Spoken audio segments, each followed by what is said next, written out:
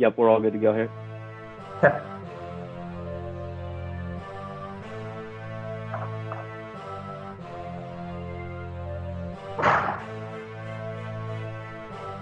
Okay, welcome back, everybody.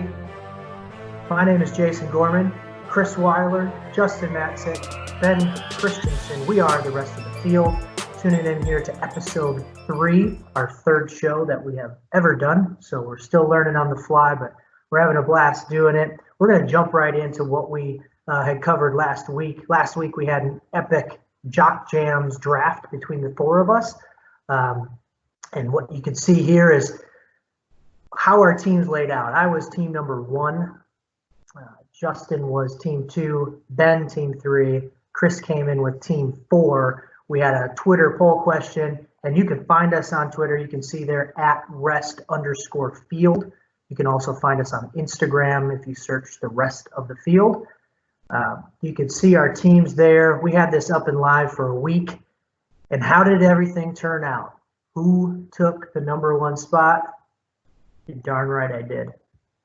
I took down the number 1 spot with, looks like Justin and Ben right behind me, and Chris. Chris, man, what's going on here?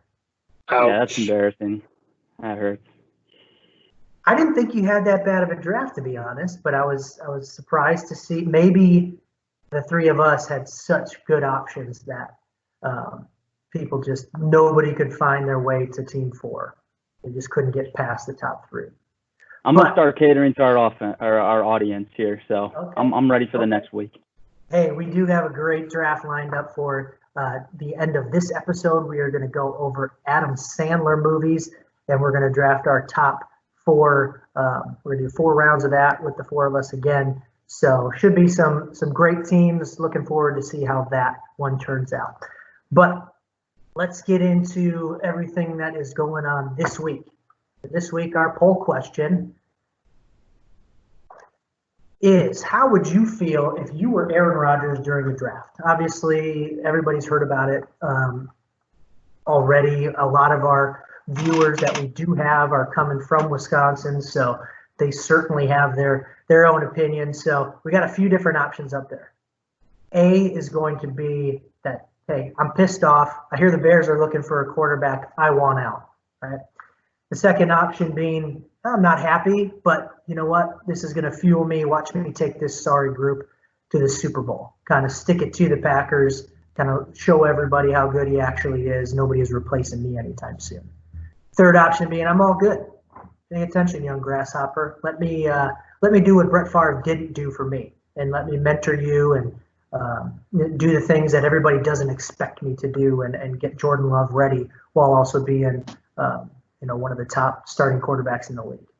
And the last option being, I'm getting paid, and Danica likes to go fast. So what do you guys feel? And Ben, what do you think, or how would you feel if you were Rodgers during that draft after the Jordan Love pick?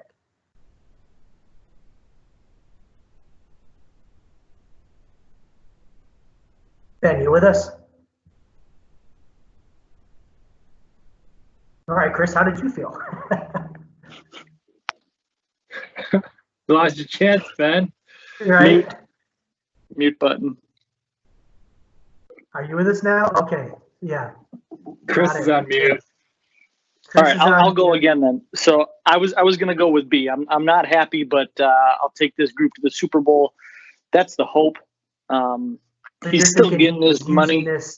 He's using this as his motivating, his chip on his shoulder. Yeah, I mean, if he doesn't have enough chips on his shoulder, this is just another one to add to the list. He's still, in my opinion, a top quarterback in the league, shown by his touchdown interception rate. The guy is just great. It would be nice if we could have got some weapons to go around him to make that better. But moving on is kind of the way I hope he's approaching it. So, yeah, we'll get more into the actual pick and things like that when we talk about the NFL draft. So you're going with option B, that he is not happy, but he's going to make the best of it. Chris, are you with us now? Yeah, I'm going to go the same route, actually. Okay. I'm assuming he's going not happy. Like, I might even think he's pissed, but I don't think he's looking to leave this year. So We can get in more detail later, but I think he's not happy for sure. Deke, what are you thinking? I'm thinking A. I hope it's B. For a Packers fan sake, I hope it's B. D catches my eye. I'm not gonna lie. Danica likes to go fast, but if it was me, I would say A. But I hope it's B. Yeah, I think I'm kind of actually torn between B and D. I don't think he's actively looking to mentor Jordan Love, but I do think he's the type of person that takes any type of slight and wants to immediately flip it and show and kind of prove everybody wrong. So that's what sort of leads me towards B. But at the same time, he's a California boy and he's laid back, and I could definitely see him just being like, you know what, whatever. I'll just coast these last few years, and whether I'm with the Packers or not, or it doesn't matter. I'm getting paid. I got my girl. What more could he want? So I think to be different from you guys, I'll go B. But I'm definitely torn between those two options. So I will say this. Go ahead. If we start out the season with a loss or a loss in the first 2 or 3 weeks, you're going to see a different side of Rodgers.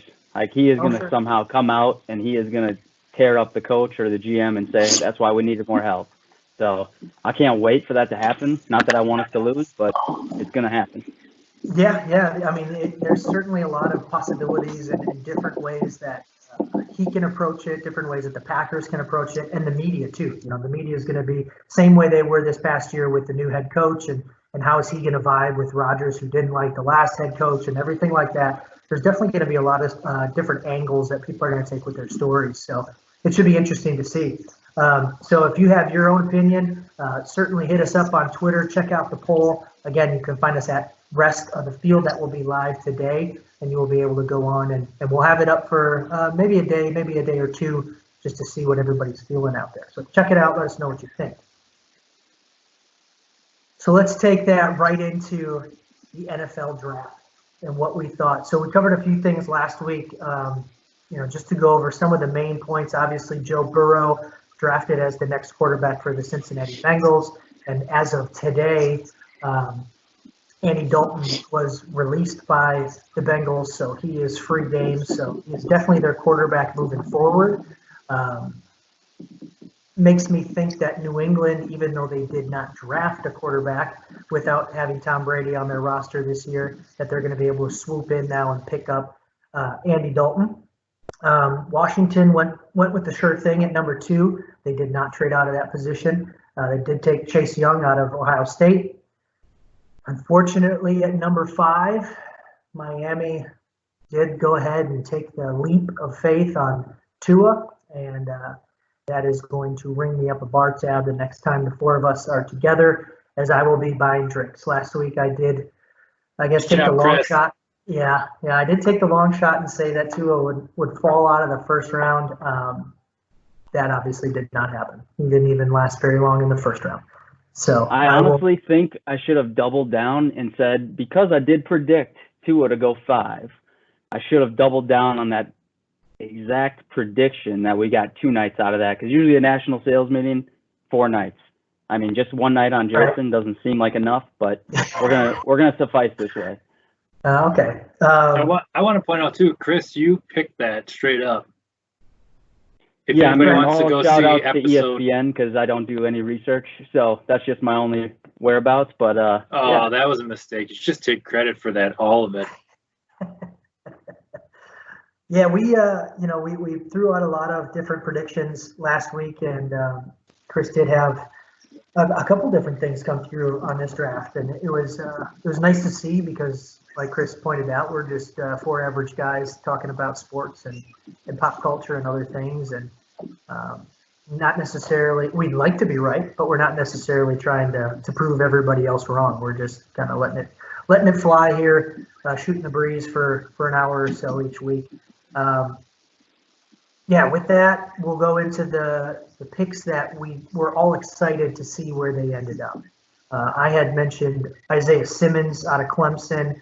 I actually likened him to a bigger version of Tyrann Mathieu, and that's That's exactly where he ended up, was Tyrann Mathieu' old stomping grounds in Arizona. So they're kind of replacing the guy they lost to Kansas City. And early reports are he's going to play linebacker, but he definitely has the ability to play corner and safety. So just kind of a freak athlete, hybrid all over the field.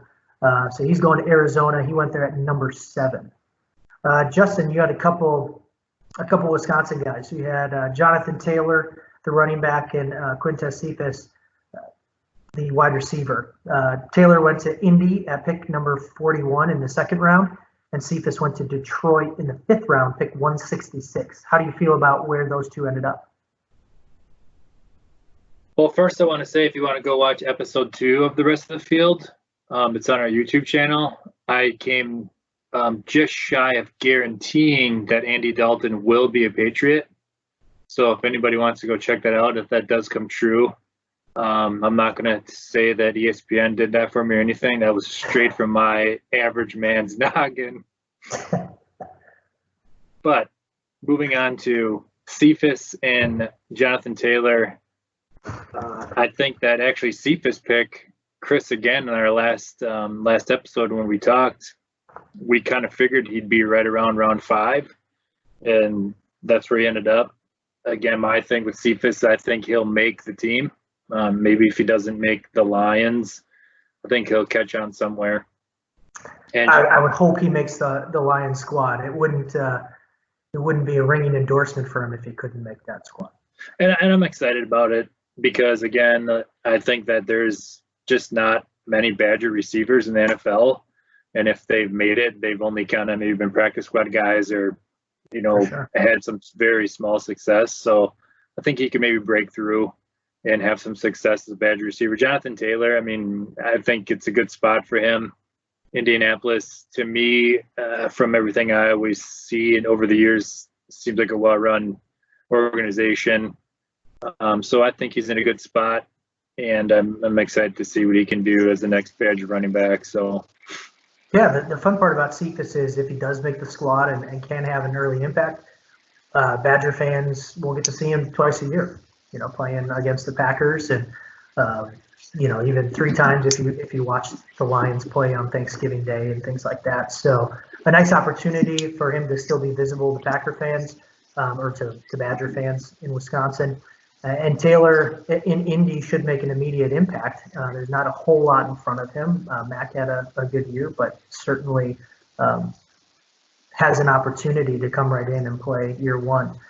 Ben, you went with Jalen Hurts. I don't know if you had gone with that as a hopeful late round pick for the Packers as a backup, but he ended up with Philly in round 2, actually, pick number 53. And early reports are saying that we're going to see him on the field along with their starting quarterback. So we're going to potentially have 2 quarterbacks on the field, some, Wildcat, I don't know what they're all calling it now. But what do you think about Jalen Hurts going to Philly, Ben? Yeah, second most controversial quarterback pick of the draft behind Love going to the Packers, but I think it's fine. I mean, I was hoping he would fall to the 2nd or 3rd round. He went in the 2nd. Philly seems like an odd landing spot for him to me. I felt like there were other areas. If Miami wouldn't have taken Tua right away, that felt like a value pick later. Again, I think we talked about it in the last one. I thought Green Bay would have been a good landing spot for him, 2nd or 3rd round. So I think he'll be fine in Philly. I think he adds a wrinkle to what they can possibly do on their offense. Plus, we've seen that Carson Wentz can't stay healthy. So right. Yeah, and that kind of too falls into some of the – I don't want to say that was part of why the Packers took Jordan Love, but it is also there. Rodgers, he's not – typically playing all 16 games for one reason or another. He's getting nicked up here and there, and some of it, I guess you could see it as fluke injuries, or maybe you see him as injury prone. But either way, those 2 quarterbacks, like you said, the controversial picks, both go to teams where the quarterback has had a tough time staying healthy for long periods of time. So with that, leads us to Chris, who was excited to see where Jordan Love would end up. And he did, obviously, we all know at this point, ended up with Green Bay, not at pick 30. He ended up with Green Bay at pick 26 as the Packers traded up to get him. So let's just jump right into immediate reactions. How did you feel about it? And I'll start with Ben because Ben, you were the first one to tweet or to text. I know, Chris, this is your Ben was the first one to text the group when the pick happened. And so I want to know, how did you feel then in the moment when he texted us all, and how do you feel today? I was heartbroken, really, just pained. To me, it's a matter of wanting to win now versus wanting to win in a couple of years. You know, you can either try to get Rodgers some immediate help up front or on the sides, outsides, wide receiver. I don't feel like there were any big tight ends in this class, but definitely some wide receivers there that we could have stayed at pick 30 even and gotten T. Higgins out of Clemson. He was still there. So how do you feel today as opposed to the heartbroken feeling that you had on Thursday? I'm still upset. I've learned to just accept it. It is what it is. Doesn't make me happy. Again, I would much rather see us do more to take a shot in the next year or two, put as much talent around Rodgers currently as we can to win in the next couple of years versus looking toward the future. I got you. So Chris, Jordan Love was your prediction, or not prediction. He was the guy you were excited about. So how did you feel both last week, Thursday, and then today? Yeah, Chris, the guru NFL guy here, right here. So here's my thoughts on Love. First of all, it's an asinine pick. I'm pissed still. We lost a first round and a fourth round player to help out our roster this year. Like literally, if Jordan Love sees the field, we're probably not going to win a game anyways for the rest of the year. So to me, it's just a waste of adding two players to help Rodgers and win a Super Bowl here. I mean, we were just in the NFC Championship game. It blows my mind, to be honest with you, to really move up in a draft and select a backup. I mean, Patrick Mahomes, yeah, he sat out a year, but he's ready year two. So I just don't really understand what we're doing. But you know what? It is what it is. That's why I'm not a GM. But sure as hell think I could be. Right. I'm going to go back to this. Deke, I'm going to challenge you. I think I'm going to go with this. Dalton to the Jaguars. He's going to challenge Minshew, and he's going to go back and try to play with Jay Gruden, right? So I've heard things that they tried to trade or talked about trading for him in the draft. Financially, didn't make sense. Now that he's a free agent, might get him on a low number, okay? 2, Colts getting Jonathan Taylor is a win-win for all of us. We all can watch him. We love running backs from Wisconsin. But our boss is also a Colts fan. So if Taylor has his fumbling problems come back, I guess it's a win-win. Like we get to make fun of somebody else. So it's a really interesting draft. It just sucks the Packers were the headline of the kind of idiocy of what's going on. So yeah, there certainly hasn't been a lot of good reporting, not good reporting, positive reporting in terms of what the Packers have done. Everything seems to be negative to this point. I guess we're seeing why. I mean, it's one of those things. We'll ultimately see how it all plays out and what they're trying to do, what they're thinking of doing. Deke, you were also on the negative side of all of our initial conversations. How did you feel then? How do you feel today? Well, I couldn't have said it better than Chris has mentioned about how it was an asinine pick. I think you guys just like saying asinine. Well, it is a decent. Yeah. I mean, you want to try it again? Asinine? There we go. We got it. There you go. Got it. So the Packers just told me that they don't want him anymore, is the way I saw it. Because you move up 4 spots to get a guy who threw the most interceptions in college football. 20 touchdowns, 17 interceptions. To most people, he is sort of an unknown and a so-so quarterback in the college level. And you have Aaron Rodgers, who some people argue is the greatest quarterback of all time. I did say in episode 2 that I don't mind the Packers getting a quarterback to be heir apparent, but I did not want them to move up to do it in the first round. So what, I guess this is a question for everybody. are you more upset that they took Jordan Love or more upset that they traded up? Would you feel any differently if they took him at 30 and I guess they traded away one additional pick from this draft that they could have used and I guess maybe still gotten Love at 30? So does that matter at all? I think that they should have taken a quarter, the third round or below, because Rodgers is there for 2 more years no matter what. And every single year in the draft, there's going to be first-round quarterbacks. So in 2 years, if you need to take the first-round quarterback, you take them. But so no, it wouldn't have made any difference for me if they would have picked at 30. I would have picked a tight end or offensive lineman. We can't beat the 49ers. So they need somebody to block Bosa. I mean, again, Chris said it spot on. We wasted some picks to try to win the Super Bowl this year for nothing, essentially. Yeah. And then the other thing I want to mention too is that now Jordan Love, he has to be great. And in some sense, I feel kind of bad for the kid because he will have to be great, if not as good or better than Rodgers. From what? Well, I think Packers he'll have to be great if they can't get Rodgers another Super Bowl. I think that, I mean, ultimately, if they can somehow get over the hump of the 49ers and obviously win the division and things like that, that sort of removes some of the angst in, well, how are we going to compete this year or even next year? But if for some reason we're still just kind of status quo, maybe right around making the playoffs, getting in but losing early, then he will have to be good because then it will be seen that we weren't able to improve as a team. We weren't any better than we could have been had we not taken him. I don't know. I guess I'm totally on a different side than most, certainly than all three of you guys. It's one of those things like when the Browns and the Bengals and all these teams are always picking number one.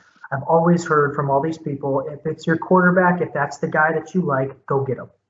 And it doesn't matter if he shouldn't be the number one pick and he should be a mid first round guy, go get him. If that's the guy you like and you've graded out that, hey, we know we can't miss, then go get him. And maybe that does then put the pressure on Love if that's what they did. If they saw this as, hey, we're not going to have another opportunity in the next 3 years to get a guy of this caliber, then okay. If that's the feeling, then I get it. And that this was their one opportunity to make that move. I've seen it out there a bunch of different places that there's really not a good spot to. I mean, you talk about pressure though.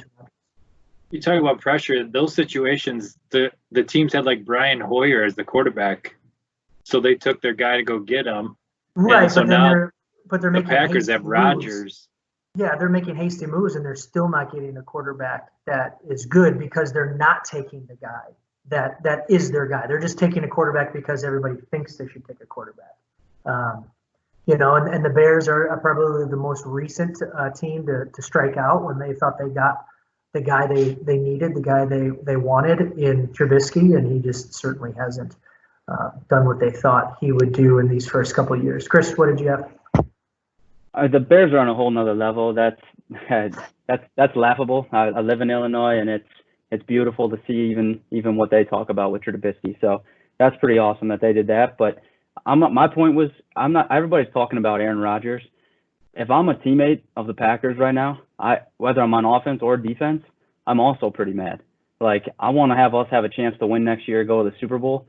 Putting in a backup position, yes, if we got him at 30 and didn't trade a fourth rounder, I'd be understanding, I think, of that a little bit more. But to truly like think that we're going to be a better team next year after the draft is just, it just can't be relevant. We're not going to be.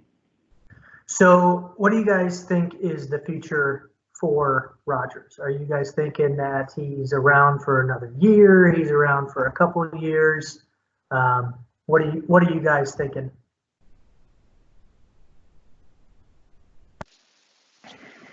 I think Rodgers just plays this. I think that LaFleur, awesome. And LaFleur are essentially starting over. That sounds, again, so crazy to me because we were 13-3, but That's what I think is going to happen. I think he plays this season out, and they trade him. And we had sort of talked about that in the potential cap hits and things like that happen if he were to be done after this year. And financially doesn't seem to make a whole lot of sense. Right, Chris? That's what you were seeing? Correct. Yeah, 2 years. I mean, he has to be here, I think, until 2022 off season. So after the season of 2021, otherwise Packers eat, I think, $42 million. Right. It's incredible. I mean, you really have a tough situation in front of you. Yeah, for me, I see a potential for them to try to trade him maybe in his last year, maybe if he is starting to decline in terms of production, but I don't see any movement, mainly because, like you said, we were 13-3. So do I think that we could have improved in some areas? Sure, if and only if they take some players and those players turn out. If they don't, Jason, yeah. Let me ask you this. If we would have said for Hopkins or Odell Beckham, I will trade you a first and a fourth, I think every Packer fan looks at like we are in contention to win a Super Bowl next year. Where right now, every Packer fan is really in limbo, like, oh, we're on a 5-year plan again. That's a very interesting move by our management team. Right. Yeah, but I mean that's putting a trade out there that, would that have done it, right? Would a first and fourth have done it for, say, Houston with Hopkins? I would think that the Packers explore all those options when they hear somebody is up for grabs. Nope. No, they're not.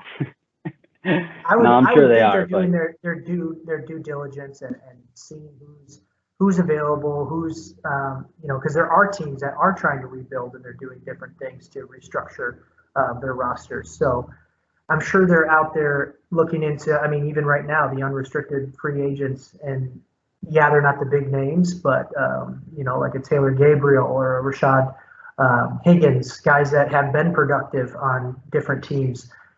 Could they bring somebody like that in? And if they did, and I guess I'll ask you guys that, if they did bring in somebody, like a Taylor Gabriel or Higgins, would that be okay? Like, would that, now that they've drafted a tight end, they've drafted a running back, they've picked up Funchess already off of free agency, and they now picked up another free agent wide receiver that's proved that he can play in the league, would you be okay with that move as opposed to drafting a wide receiver?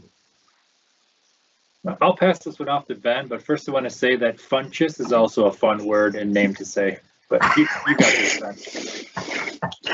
Yeah, I'm just, it still bothers me. Like, I know this is kind of a weird intersect, but I was watching the Bulls documentary here the last week, and I think it was one of the first 2 episodes, but they got into the point of, life after Michael Jordan at Chicago. And basically what it came down to was everybody made it seem like Jerry Krause was the guy who said organizations win championships, players don't.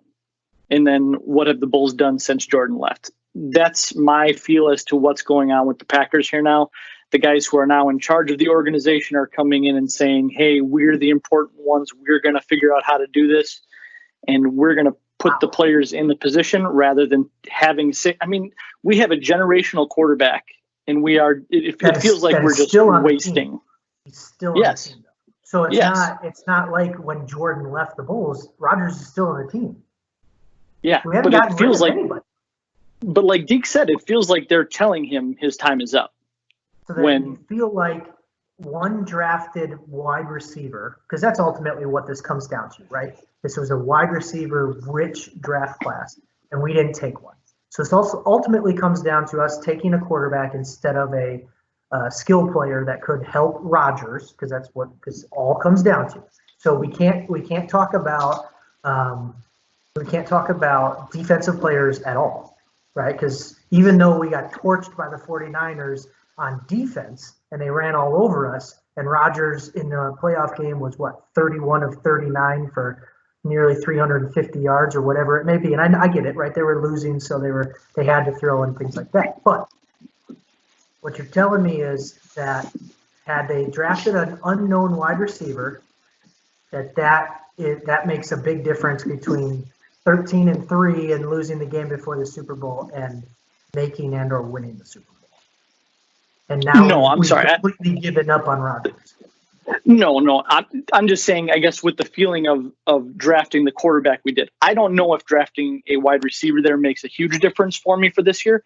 I certainly have more hope in the upcoming year, and that's what the draft has been to me since I started watching, how many ever years ago. It's you go into the draft hoping that your team is going to improve for next year. And sadly, I don't think the Packers did that. I came out feeling more distraught than I did going in. Yeah, I guess I just don't see it. Like, it's very easy to react negatively because we have Rodgers. We don't need a quarterback.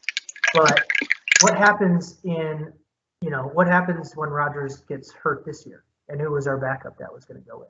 And I'm not saying that's the reason to draft a quarterback in the first round, but what happens in 2 years when there aren't any good quarterbacks out there? And now all of a sudden we don't have anybody. And maybe there aren't any big time free agent quarterbacks that are on the table for us to get. So they took it as their opportunity to plan for the future while also still having a very good team. And we're not taking anything away from the team that we have. Did we make ourselves better? Maybe not. I see us as getting better in the sense that we're in year 2 under a new coach, in a new offense, that they struggled to come along offensively throughout the year. But at times, they had a stretch of 4 or 5 games where they were scoring over 30 points a game. So I guess I don't view it as much as, gosh, I really wish they would have taken a quarterback that did Rodgers wrong. I take it as, gosh, I really wish we would have gotten some help on defense, because that's where we got absolutely crushed in the games that we needed them the most. Not Rodgers, not the offense. It was on defense. I think that's a fair point. Anybody but the quarterback. You can't play 2 quarterbacks at once. Right, but I'm ultimately fine with the fact that we have a quarterback now for the future. Hopefully, if he turns out to be that way, I'm fine taking that gamble, because regardless of who you take in the first round or any round, you're just taking a gamble. You're taking an absolute guess.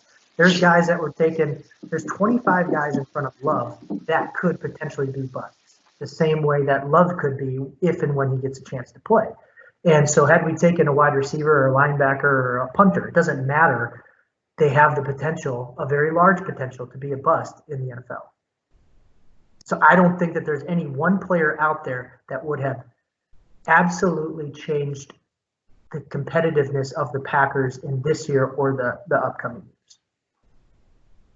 Just my take, but I feel like I'm on the different side of things in how I'm more I understand that completely. I just think you take a guy that at least has a chance to make an impact, because we do have Rodgers. For sure, because I said it last week that I hoped that they were going to take Kenneth Murray, and he wasn't available, but Patrick Queen was, who Chris thought they might take. And that's honestly, when I saw them trade up, I thought they were trying to get in front of Baltimore to take Queen. And I thought that was the obvious pick, and they made a good trade to go up and get him. So I guess I can't be right. I can't go out of both sides of my mouth and say, man, I really wish they would have picked a linebacker, but then say, I'm really upset they picked a quarterback and they didn't help Rodgers, because I ultimately wanted them to pick somebody that wasn't going to help Rodgers either. He was on the other side of But at least if they pick a linebacker, they're picking someone who's going to impact the game, or could impact the game year 1. I know he's on the other side of the ball, but making the defense better gets Rodgers the ball more. Sure, absolutely. I get it. But what happens if, just like last year, week 1, was that last year, where Rodgers got hurt? Or was that 2 years ago now? It was 2 years ago. Man, time flies. What happens if something like that happens and Love does have to step in right away? He throws 17 interceptions. We lose. Yeah, if he's got to step in his first year, that's not good. Well, maybe. Maybe they drafted him because they think he has the capabilities of doing so. I don't know. Either way, we're not solving all the Packers' problems today. One question before we wrap up the draft is how do you guys view drafting? If you had your team, if you were the GM, Chris, like you talked about, would you draft best on your board? So for those who don't know, there's usually what's called a big board of all the players you would like to take, or just all the players in the draft, and you rank them. Doesn't matter position, you just rank them kind of best to worst, right? So you know your best options available. Do you take the top guy on that board, or are you saying, okay, well, we don't need let's call it a linebacker. So what we do need is we need a left tackle. So I take the best left tackle on the board, even though he may be 10, 20, 30 spots down from the top spot on the big board. So there's two ways to look at that. So first way is I always would want to draft my best available player, position, regardless, whatever. Big board, you're taking the top guy on the list. Top guy. So the other way to look at that, though, is if I need a left tackle and that's the main position and I see he's number 7 or 8 on my big board, you're looking to move down and you're looking to get more assets back in the draft or in the future drafts.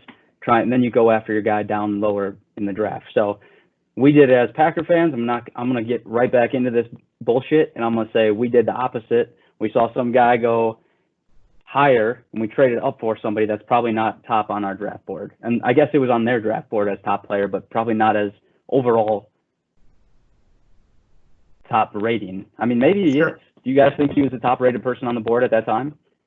I would have to think so. I would have to think that they, with advanced scouting, that they're looking at the quarterbacks that are coming up and they're saying, are we ever going to get an opportunity if and I'm not saying I necessarily view him as that good of a quarterback because I don't know. I didn't watch him play. I see the stats and 2 years ago it was really good. Last year it wasn't good at all.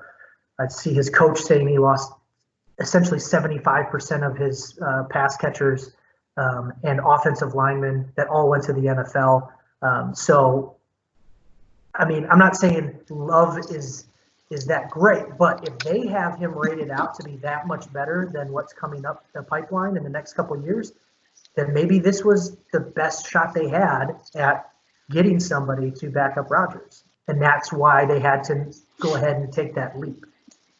That's the only way that I view it. So, Deke, how do you draft? Would you rather them take the best guy on the board or the best option for a need? Well, for me, it's simple. I take what the need is, not the best guy. I mean, I should say, though, if you're a team that is really struggling and is at the bottom of the barrel in the league and you have no spice on your team, which means, you don't have fans, there's no buzzer on your team. If you can get a guy that's best available that can bring that, you may think about that, but otherwise I take what you need and where you need to improve as a team. I also want to add, I think LaFleur clearly thinks that Jordan Love was one of the top on the board because when they picked him, I mean, he looked like me when I was 9 and I got my Skybox pack of basketball cards for Christmas. I mean, he was just he was loving the pick. And to me, again, that just says that he's done with Rodgers. But again, we don't need to keep getting to that, but we'll see. Time will tell. Certainly. If Jordan Love does win a Super Bowl, though, I'll buy 7 jerseys, every color we got. He'll be the greatest. We've heard that. We've heard to stop that nonsense. Don't. Heard it all. We'll get into that another episode. But Okay. What are they called? Jerseys? A jersey shirt? I forget. But Ben, why don't you round us out on our NFL draft talk? And how do you draft?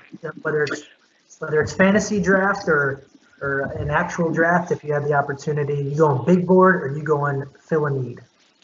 It's a little bit of both. I'd like to think of it more as tier draft. So, I mean, you've got your big board, but you also have it broken down positionally and then by tiers. So, I mean, there may be 2 or 3 wide receivers that you think are the top tier. Obviously, if one of those guys were to fall to you, you could take that. So, I mean, it's need-based plus value-based, right? Obviously, I don't like the pick of Jordan Love going back to that. Right, but ultimately, yes. you can't have both. If you're there, correct. If you have a top guy that's still there and he's fallen, and you have a guy who's 20 spots down, but he is a top guy at a need, what do you? Then I would trade back. Gain more So picks in later rounds or even in upcoming years. Yeah. If like Ben's on my staff. First you didn't Looking to answer hire the you, Ben. question, and then the second time you completely avoid answering by saying you would do an option that wasn't even available. Correct. Got it. Cool. Well, with that, we're going to move on from the NFL draft. We'll see how this all turns out for all the players from all the teams that got drafted. The ones we were excited about, the picks that we hate, or I guess the picks that were asinine, and we'll see what happens with our Packers this upcoming year. So from there, Funches. we are going. What's that? He just wanted to say Funches. Oh, Funches. I didn't hear it. With that, we'll move right into The Last Dance. As you see here, episodes 3 and 4 recently aired. I, again, did not watch it. Saw a lot on social media, but I will turn it over to Justin. What did you think stuck out in these 2 episodes? Was it better or worse than the first 2 installments? Oh, nice. I'm back in the lead on The Last Dance. I like it. These 2 episodes were a little bit better. They brought Ron Harper in there, which I love Ron Harper, and he brought some kind of fun insight on when the Jordan beat the Cavs on the shot, what they call it, the shot. And then Horace Grant came in there and, made some comments about, there we go, there's the shot. Right there, Craig Elos guarded him, and Ron Harper in the timeout before the Bulls came out to have this final shot. The coach had switched Craig Elo onto Jordan from Ron Harper, and Jordan admitted himself that Ron Harper was not locking him down, but was the best player in the Cavs to guard him. And Ron Harper had some choice words to say about that, which was kind of neat.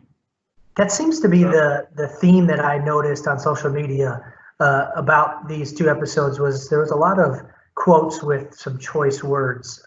There was a lot more after hitting the shot. A lot more adult language on these 2 episodes. But overall, I'm still not completely sold. Again, it's getting to a point where I almost feel like they're splicing a bunch of 30 for 30s that they already made together. Right. And so, this one was a lot about Dennis Rodman. It was a lot about the Bad Boy Pistons and the Bulls getting over the hump. And there's a 30 for 30 called Bad Boys. Right. And there was a lot of replay of that. And there was also 30 for 30. I think it was just called Dennis or Rodman or something. There was one about him anyway. And so those kind of intertwined. So again, most of this stuff I already saw and knew, besides those couple little pieces about, that Ron Harper had and, some interviews with Horace Grant. The one thing that stood out to me was that kind of got a lot of spark debating across, the social media waves and sports talk world was the whole handshake thing with the Pistons and shake their hands.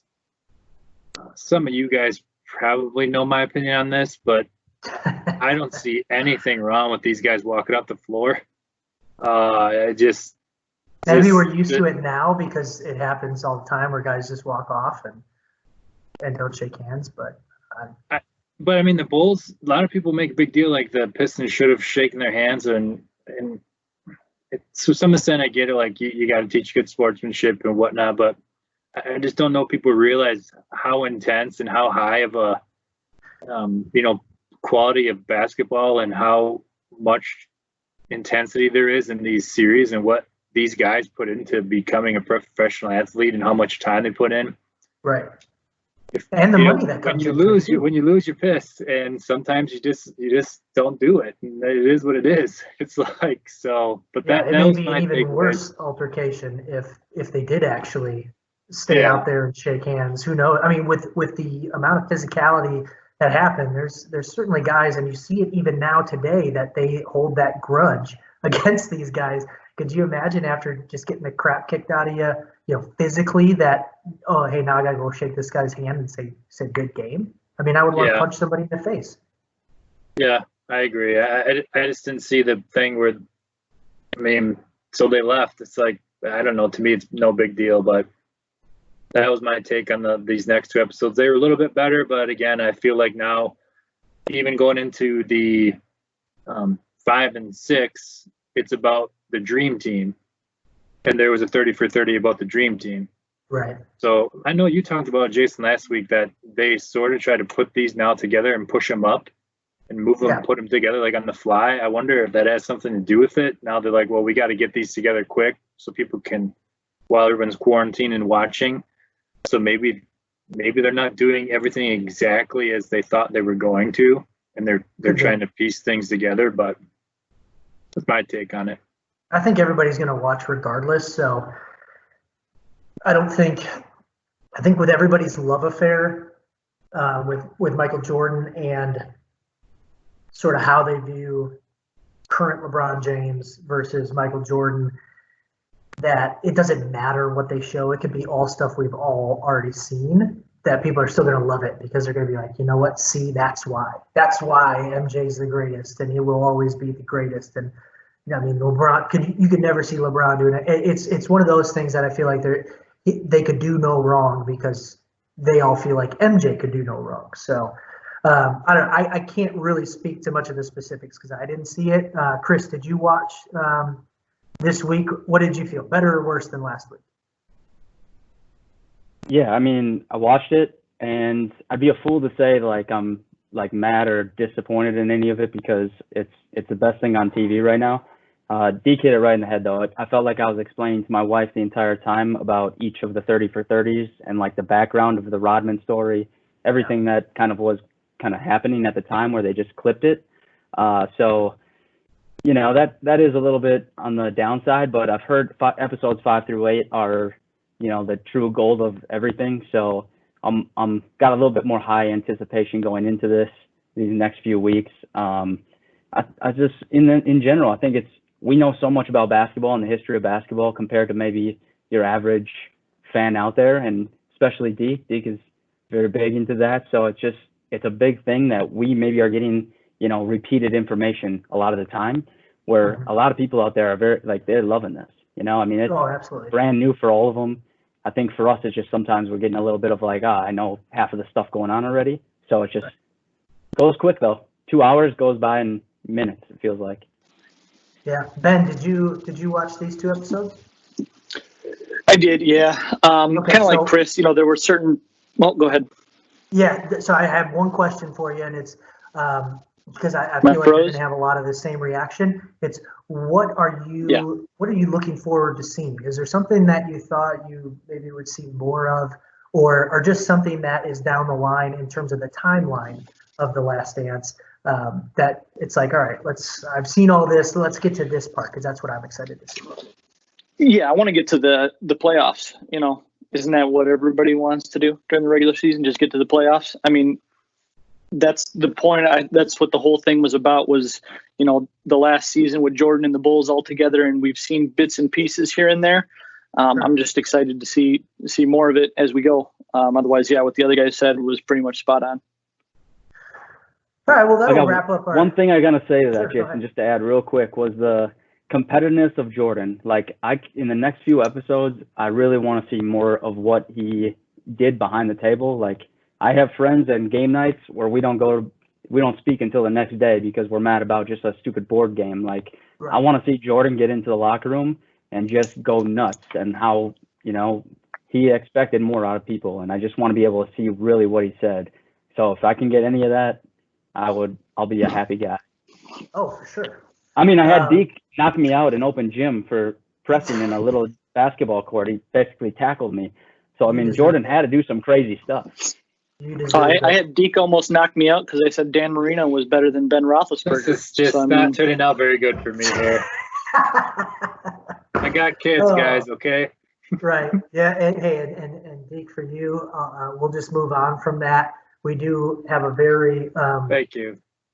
We do have a very special draft. We were all set to do a Bulls draft, kind of what teammates of Michael Jordan's throughout his career would you take, and kind of fill out a starting 5 on everybody but MJ. But in our discussions, in our arguments that we had via text, somebody threw out an Adam Sandler reference. And so that's the route that we decided to go. We decided to go an Adam Sandler movie draft, kind of last minute. We weren't able to record yesterday, so it actually helped us put this together last second here. But did another random draft order, and Ben came out on top, which he had said right before I sent out the order that he did not want pick number 1. And I would say that Ben is probably our resident Adam Sandler movie buff. So he's going to lead us off with pick number 1. I will be second. Chris is coming in at third, so hopefully that will maybe get him 1 vote this week on Twitter. And then Deke is going to round us out just a full.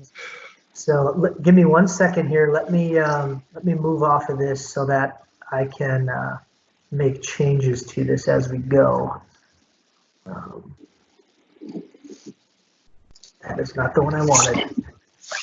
So Ben, you're thinking of your first pick. I guess you maybe don't want to give us all the info, but where do you what are you thinking? What are you thinking at number 1? It came down to about 3 or 4 movies for a number 1 option for me. 4 for number 1. Okay. 3 or 4. I mean, Sandler's got a great library at the top, very top heavy. Right. So are you going to go with the pick that you like the most, or are you going to go with the pick that you feel will get you the most votes? Oh, they're one and the same. Well, you just said there's 4 options. Well, but there's one obvious one to me. Okay, so and what is the first pick in round 1 of the Adam Sandler movie draft? Happy Gilmore. There is one and only one Happy Gilmore. Well, I think we should, after each pick, we should say kind of what our favorite part of the movie is. Okay. So Ben, if you had to pick one moment in Happy Gilmore and try to make it quick, but one moment from Happy Gilmore you are going with? The first time he hits the driver off the front yard to get the guys helping to unload the house, and he shouldn't have been standing there. Yeah.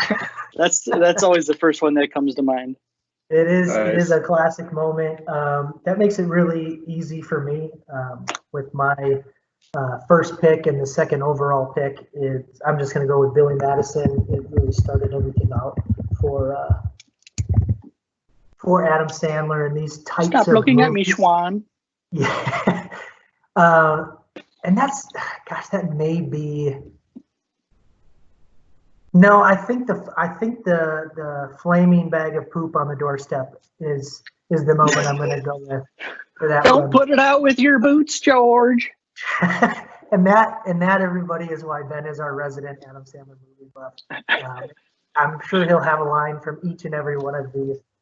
I'll try to cut it out. No, that's fine. That's fine. We'll kind of put you to the test here. So, Chris, your first pick, the number 3 overall. What are you going to go with? I really need some votes this week, guys. This is important. You do. You had one vote in 2 weeks. Maybe two. We're gonna go with Waterboy. Waterboy is gonna be the 3rd pick. That one coming out in 1998. Happy Gilmore 96, and Billy Madison 95. So, Chris, favorite moment from the Waterboy? Man, there's so many good moments. I would say just when he jumps over the line, he's kind of like, I don't even know how he's kind of sounds like a train, like he's just screaming at the top of his lungs. Yeah, that's it. And he just jumps over the court. It's kind of a LeVar Arrington moment back in the day that you can remember, but love that. So, Ben, what is your line from the Waterboy? Mama says Gators is happy because they got all them teeth and no toothbrush. Oh, goodness. Angry, not happy. I said happy. That's all right. It was still funny. Yeah. Justin, pick number 4, your first overall pick. Oh, man, I don't know. That's how this draft is really top heavy. Back to backs. Nothing wrong with top heavy. Back to backs. I really don't think you can go wrong in this draft. I think I mean, there's maybe in the later rounds where people might be stretching a little bit, but in this draft, I think at least the first 2 rounds, you can't go wrong. So what are you going with? Waffling, but I'm just going to have it be my first pick. I'm going with The Longest Yard. Wow. Okay, I stand corrected. And this is a sports show, right? So that's... I like it. I just thought it would have been a round 3 or 4 pick. Yeah, and I think my favorite part of The Longest Yard is when Nelly just goes nuts as a running back. Doesn't have to do with Sandler, but I love that part. He was athletic. So Ben, I'd love to hear you pull a line from The Longest Yard. Ben is on mute. Go, Ben. One more time. There we go. Got off mute now. I don't have a quote offhand from that one, nothing I can think of, but Burt Reynolds' cameo was my favorite part of that one. Right, from the original Longest Yard. So, all right, Deke, you're coming back with pick number 5, your second pick. Yeah. So my second pick is going to be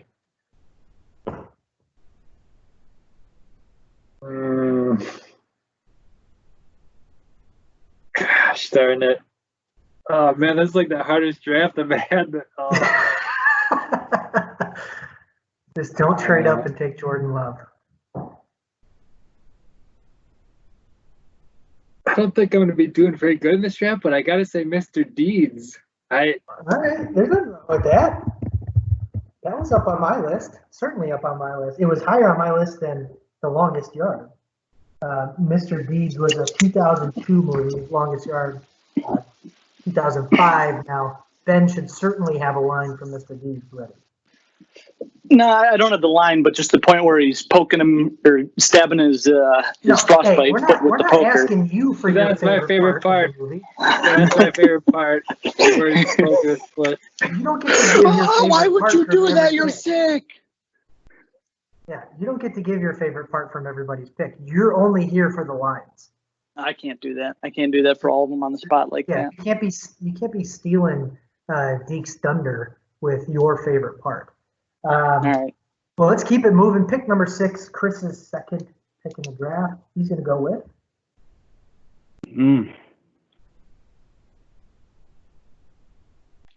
I got 2. And I don't want to say which 2, just in case someday it does come back around. Well, it would probably be today.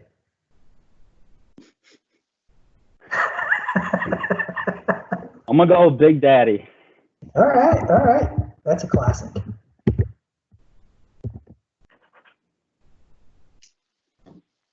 Daddy, favorite part in the movie? Oh, stupid. Oh. Why didn't I forgot that one.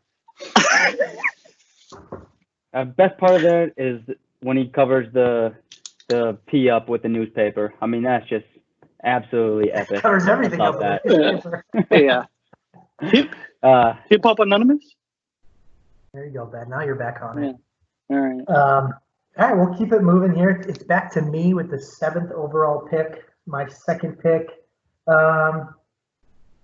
My number 4 pick is still available, so I'm going to take that one pretty quickly. I'm going to go with The Wedding Singer. Dang it. That was the other one. That was it. Yep. That was a good one. I think him singing the Love Stinks song, that's really funny to me. Yeah, at a wedding, a really joyous moment, and he's singing this sad song about love stinking. That was really fun. Ben, any lines? I have the microphone, so you will listen to every damn word I have to say. And then we're also coming back to you with back-to-back picks. So these are 2 big ones because I left a couple out there, assuming you weren't going to take them. So let's see. Yeah, I was hoping that Wedding Singer was going to fall through. I was going to belt out a couple of tunes from that one, but you still can't. Alas, no. But it all was bullshit. It was a goddamn joke. Wow, this is turning into The Last Dance. Of you, Linda, I hope you fucking choke. All right, sorry about the language. Jeepers. We went I from could a do the- nice PG-13 show straight to R, maybe even X-rated. I could do the whole song. Children do not listen. Yeah. Parental advisory. Ben, pick number 8. What you got? Number 8, I'm gonna go. I now pronounce you Chuck and Larry. Okay. That's one of my favorite go-tos. It's funny. It's funny. Yeah. Good movie. You know, I was looking at a couple. Let me start with Chuck and Larry here. I was looking at a couple sites, and they actually didn't have it rated very high. I looked for some expert advice, and I went against it. I moved it higher up my board. That's a 2007 movie. So I'm going to skip your favorite part and your line from that movie. And we're just going to go right into the 9th pick, your third pick. So I'm actually going to reach a little bit. I'm going to go down my board. I'm going to go with Grown Ups. They get number 1 and 2. Pretty good friend buddy Grown Up sequel. Yeah, it was. That was what, number 3? That was 6 on my board. Those, I think, all of those have been pretty good. Are there only 2, or is there a third? Only 2 that I'm aware of. I thought it was just 2. Then there must I only be 2. could be wrong. Yeah, those are good. Great cast. I mean, they all have great cast, right? A lot of it carries over from pick to pick.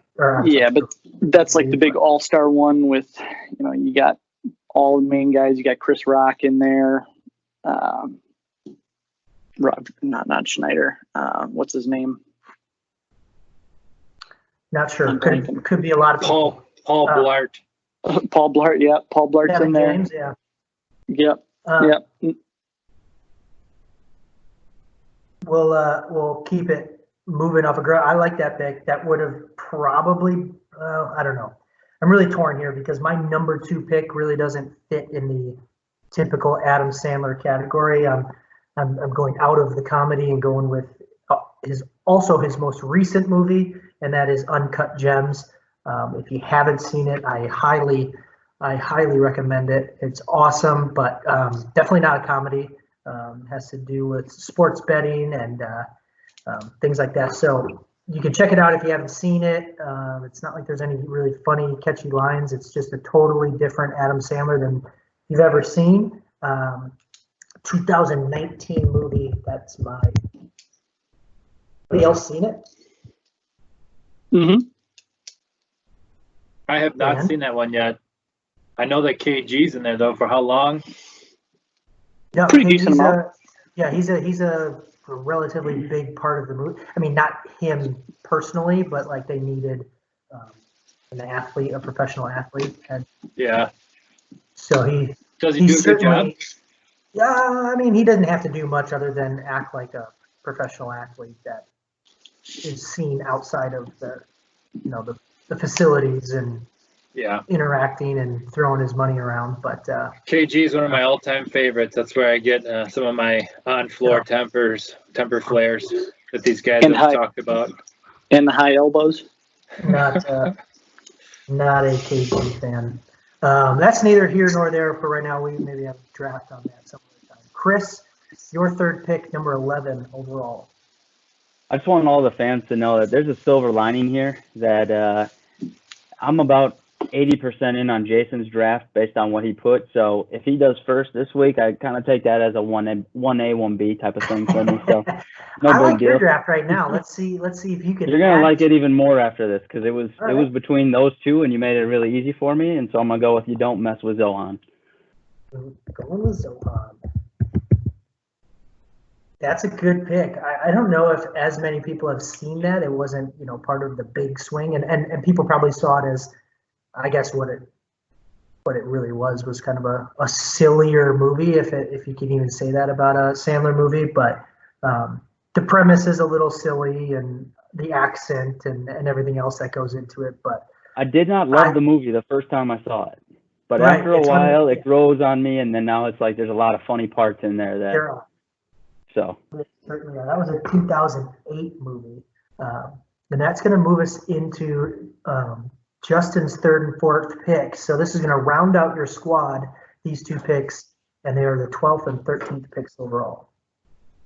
Okay, so number 12, I for some reason I think this is just super funny, and I think it's because it's classic Sandler, the way he talks, and but it's Sandy Wexler. I just think it's hilarious with Jay Hud. Yeah, I was wondering. It didn't make my list. I like the movie. It didn't make what I wanted to pick, but yeah, I remember that one. That's a good movie. Favorite part is towards the beginning where he sees Arsenio Hall at the newspaper stand, and he just tells like 17 lies in a row, and they just come out so smooth, like with no hiccups. And Arsenio Hall just walks away. It's funny. It's funny movie to me. He's an agent. He's a talent agent. Talent manager, yeah. Not an agent, just a manager. Yeah, and he's not very good at what he does, but yeah, it's a good movie. I would certainly recommend it. I don't think it's up there in my recommendations as high as, say, Uncut Gems, but in quarantine, if you're looking for something to watch, I'm sure you can find that one out there. And then, yeah, Deke, to round out your squad, what are you going with? At this point, I think I'm probably not going to win. So I want to draft something that has to be on the board so we can get one of our fine panelists here to have some lines in this movie. So I'm going to go with 8 Crazy Nights. And our fellow comrade here, Ben, needs to bust out some Whitey lines from this movie, please. And Tom Gorman, which would be Jason's father, you must watch and listen during this episode for this part specifically. Oh, man. Well, Ben, I got this fraternal twin sister. This is going to blow your mind. We need more. I want more. That's why I drafted this movie just for you, Ben. My left foot is a men's size 9. My right is a children's 11. Both normal feet, 5 toes on each. The only difference between you and me is I choose not to take off my shoes when I go to the beach. That's it. Oh, my goodness. I love it. I love it. Thanks, Ben. Ben, when Sandler came out with the Whitey character, Ben would go around for full days talking that way. And it's impossible. It's fun. You should try it sometime. It's very taxing on the vocal cords, but yeah, almighty, that is funny. Do you know the technical foul one, Ben? Just one last one. Do you remember the technical foul? Or no? You get a bunch of kids rubbing their schmeckles. They had one of the most dominating 2-1-2 defenses I've ever seen. I'm talking no easy baskets. No easy baskets. They could have won that tournament. But now, because of Spencer Gifts, we'll never know. Okay. I love it. I love it. Maybe we should trade Ben in for Whitey as we move along with this podcast and from week to week. Maybe Whitey can make some special appearances. He can have his own picks. He has his opinions, yes. Yeah. Oh, my goodness. All right, so Chris, I'm guessing that did not take a pick off of your board. So what are you going to round your team out with? Definitely didn't take it off my board, but I think this is the most interesting round for sure because this will be the most left field picks that we all have. My problem is, do I pick a popular movie necessarily that he's not a star role? Because that might influence people's votes. Or are they just going to look at the overall movie selections? So I'm really trying to tailor this to our 23 followers, hopefully 27 by the end of this episode. Hey, nobody needs to know how popular or unpopular we are. We're not doing this for the followers. We're doing this because we like to do it. We could have 1 million followers and nothing would change. I agree, but my point being is I need a couple votes, guys. I'm really Yes, you do. If we had 1 million followers and you still had no votes, then you would be terrible at this. It's looking that way, which is sad. We're gonna go with Coneheads. Wow. What a cast, by the way, guys. Yeah. Sinbad. You got the guy from Seinfeld, Mike, I think his name is. He plays Kramer. You got Sandler. You got just an unbelievable cast. So not a big Not time really a role for Sandler him, movie though. but it is on the list his then. on his So IMDb. unfortunately, It's on the list. Yeah. so that was one of my dilemmas, and that's why I did go with it. Popular vote. Yeah, it's certainly a popular movie, but being a 1993 non-Sandler lead, it'll be interesting to see how many of our listeners know it, have seen it, like it. We'll see. I mean, it's an interesting choice to say the least, but kind of out of left field because you guys are leaving me with so many different options now. Gosh, and because Ben is picking right behind me, I can go ahead and say that it's really between. It's between. I like Murder Mystery as another not as much of a comedy, a newer one that came out on Netflix, but there's the powerhouse of like Little Nicky, Anger Management, but then also kind of the dark horse in Hotel Transylvania, which there's been a bunch of installments now since 2013, and they've all, in the animated sort of family movies world, been reviewed quite highly. Like they've come across well. I just don't know if I want to pick Hotel Transylvania. I think it's probably Anger Management or Little Nicky. I feel like I got to go with the one that's going to piss Ben off the most, and that's. You don't have to do it just to make me angry. I know, but what's the I got fun all of my that? anger on the Packers portion. I'm going with Little Nicky. Popeye's chicken is fucking awesome. Okay. All right. Ben's gone 2 F-bombs today. Busted out Whitey. This is Ben's coming out party. So Ben, Sorry, how are you Barb. rounding out? How are you rounding out your team, and how are you finishing up this draft?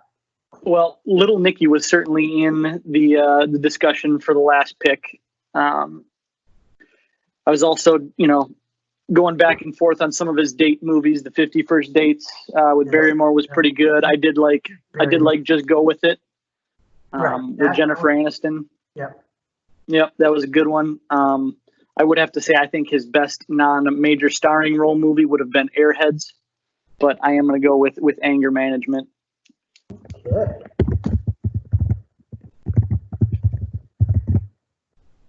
So, let me see here. Let's get that. Let's get it up nice and big so everybody can see it. There we go. So that's how our Adam Sandler draft turned out. Interesting group. Yeah, Justin, I don't think you have the greatest squad, but I think because you knew it, you went 8 Crazy Nights. You have Jason, a lot I think of you have to switch over your share screen so we can see the results. What I did. Let me try that again. Thanks for pointing that out. I think one of my favorite movies that isn't as comedy movie is The Cobbler. Did you guys ever see that? Yeah, it's pretty serious movie, but it's good. Well, and you have other movies like Spanglish. Click.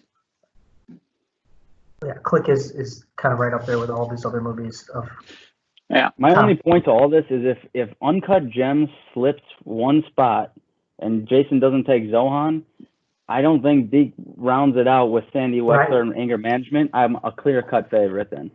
If I can have it instead of Coneheads and I get Uncut Gems there, I absolutely cakewalk, guys.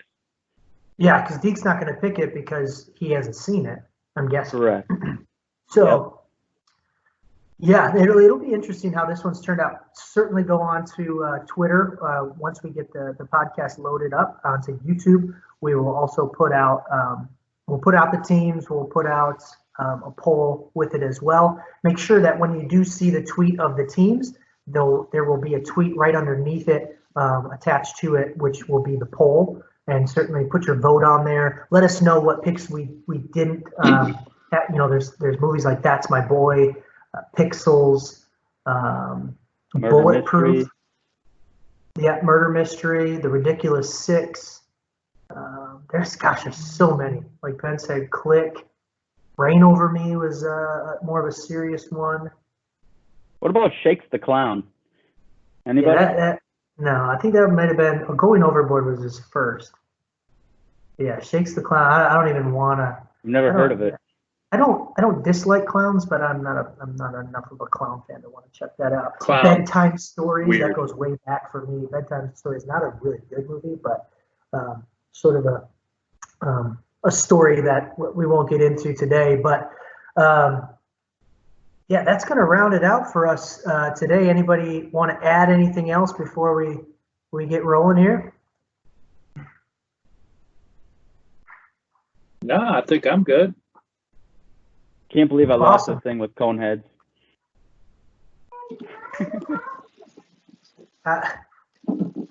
Gracie, Daddy's working right now. Chris, you got Water Boy. You should be happy with that. Working Waterboy is a hard. great one. So was Big So Daddy. is Big Daddy. Gohan. Yeah. I like Chris's squad. Ben's squad is a pretty solid one too. We'll see. We'll see how it all I think turns out. Jason's got to be the leading candidate going into this. Looks that way. People are going to choose Wedding Singer over Chuck and Larry, I think. It's just, yep, it's up there. Sorry about that. I had my eldest daughter here, or my only daughter, Grace, coming out to grace me with her presence. But yeah, let's wrap it up. Had a great day today talking about the NFL draft, our reaction to Aaron Rodgers, the Jordan Love debacle, also the latest installments of The Last Dance, and then our epic Adam Sandler movie draft. And so with that, get this all up here so everybody can see it. My name is Jason Gorman, Chris Weiler, Justin Matzik, Ben Christensen. We are the rest of the field. That is episode 3. Thank you for tuning in. Check us out on Twitter at rest_field and Instagram, the rest of the field. Check us out. Give us a shout. Tweet us back. Retweet it. Like it. Give us a heart, I think is what they do on Instagram. Subscribe to us on YouTube. Tell a friend. Be safe. Stay inside or go outside and just stay away from people. Do whatever makes you happy, people. That's what it's all about. And for everybody else, we are out.